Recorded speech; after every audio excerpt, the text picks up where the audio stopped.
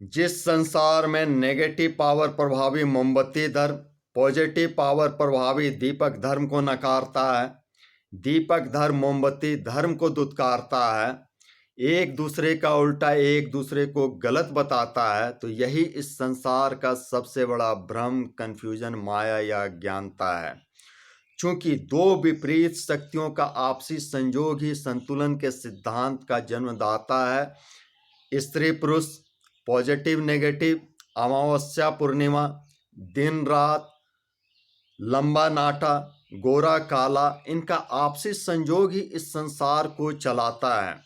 इसलिए तो कोई सूर्य को अपनाता है, तो कोई चंद्रमा को स्वीकारता है, कोई गुरु बृहस्पति देव से जुड़कर बृहस्पतिवार को स्वीकार करता है, तो कोई गुरु शुक्राचार्य का सम्मान करता हुआ शुक्रवार की टीम का हिस्सा बनता है।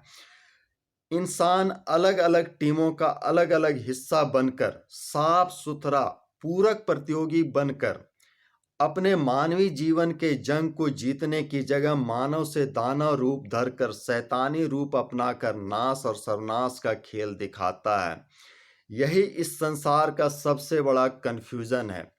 चूंकि उल्टा से सीधा और सीधा से उल्टा का खेल इतना जबरदस्त कन्फ्यूजन क्रिएट करता है कि अशुद्ध प्रक्रिया, गंदगी से लिथड़ कर उल्टा जब मानव जन्म पाता है तो खुशियां मनाता है, और शुद्ध होकर सज धज कर चार कंधों पर चढ़कर जल, अग्नि या मिट्टी के संयोग से शुद्धि को प्राप्त करता है तो मातम मनाता है। जबकि प्रकृति के जल, अग्नि, मिट्टी तत्व जो हैं यह प्यूरिटी क्रिएटर हैं, नाश और निर्माण के ऑर्गेनाइजर हैं। इसलिए आज भगवान के नाम पर, भगवान के काम पर, भगवान के धाम पर इंसान क्या नहीं कर रहा है।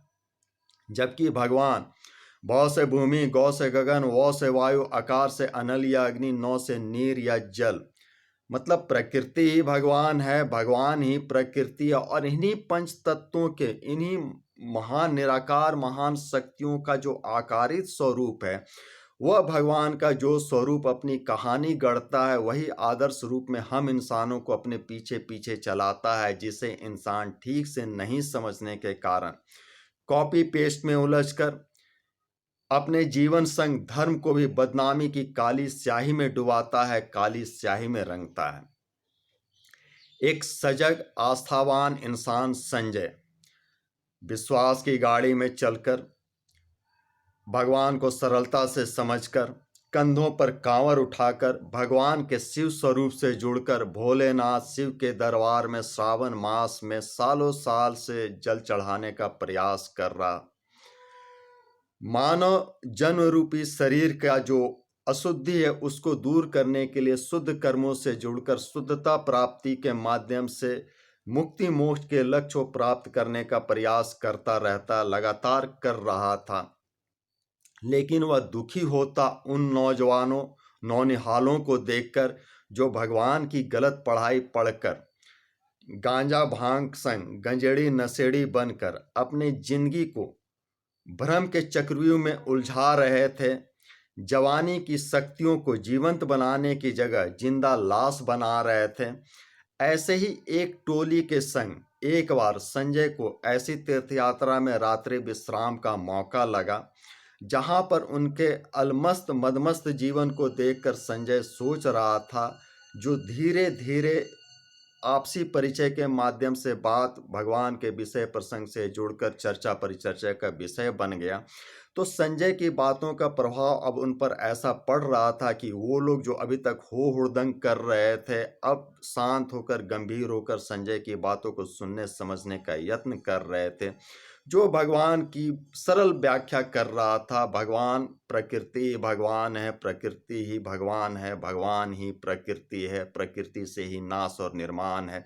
जहां पर दो उल्टी शक्तियां, गोरा और काला या लंबा नाटा, इनके लिए प्रकृति की अलग अलग शक्तियां ही प्रभावी होती है। एक शक्तियों से इन सभी का एक साथ काम नहीं होता है। सभी के लिए सही सही संयोग, अलग अलग शक्तियां जिसे इंसान नहीं समझता, इस असमानता को नहीं समझता, इसलिए तो भगवान के नाश और निर्माण के खेल को नहीं समझता, सात्विक और तामसिक पूजन के सिद्धांत को नहीं समझता है। चूंकि भगवान की दो शक्तियां देवता और दानवों के रूप में प्रवाहित होती रही है, जिनके वंशजों के रूप में हम लोग इस संसार में जीवन चला रहे हैं, जीवन पा रहे हैं।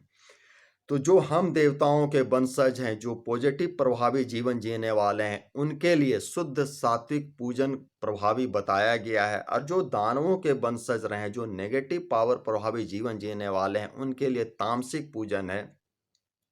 सात्विक पूजन में जहाँ पर शुद्ध सात्विक वस्तुओं का प्रयोग होता है, वहीं पर तामसिक पूजन में रात्रि काल में अंधेरे में शमशान में बैठकर मांस मदिरा संग पूजन प्रभावी क्रिया होती है। शक्तियाँ दोनों जगह से अर्जित होती है, दोनों ही जगह जो है भगवान शिव की प्राप्ति होती है। लेकिन भगवान शिव का जो तामसिक स्वरूप है वह हम देवताओं के वंशजों के लिए नहीं है।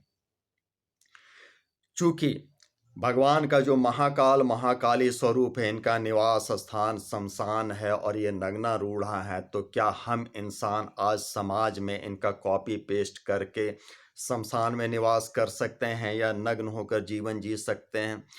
इस सरल व्याख्या को बिल्कुल सही ढंग से समझना है कि भगवान के किस तत्व के साथ जुड़कर हमें कौन सा संयोग करना है, जिससे कि मानव रूपी जो जन्म है, जो अशुद्ध जन्म है, जो अशुद्ध शरीर है, वह शुद्धता प्राप्ति कर सके और स्नेह स्नेह मुक्ति मोक्ष के लक्ष्य को प्राप्त कर सके।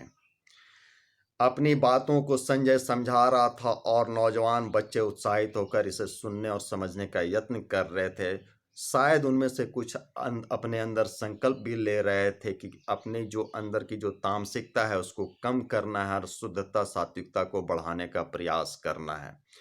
यही रिक्वेस्ट है कि भगवान को ठीक से इंसान समझे और शुद्धता सात्विकता को बढ़ाने का प्रयास करे, और जो विपरीतता के सिद्धांत से कंफ्यूजन है उसको कम से कम कर मिनिमाइज करें। वीडियो को देखने के लिए धन्यवाद। ज़्यादा से ज़्यादा लोगों तक शेयर इसे अवश्य करें। भगवान, जीवन और धर्म से संबंधित वीडियो को देखते रहने के लिए इस चैनल से अवश्य जुड़ें। धर्म हित मानव हित में प्रयास जारी रहेगा। जय महाकाली, जय माता रमा।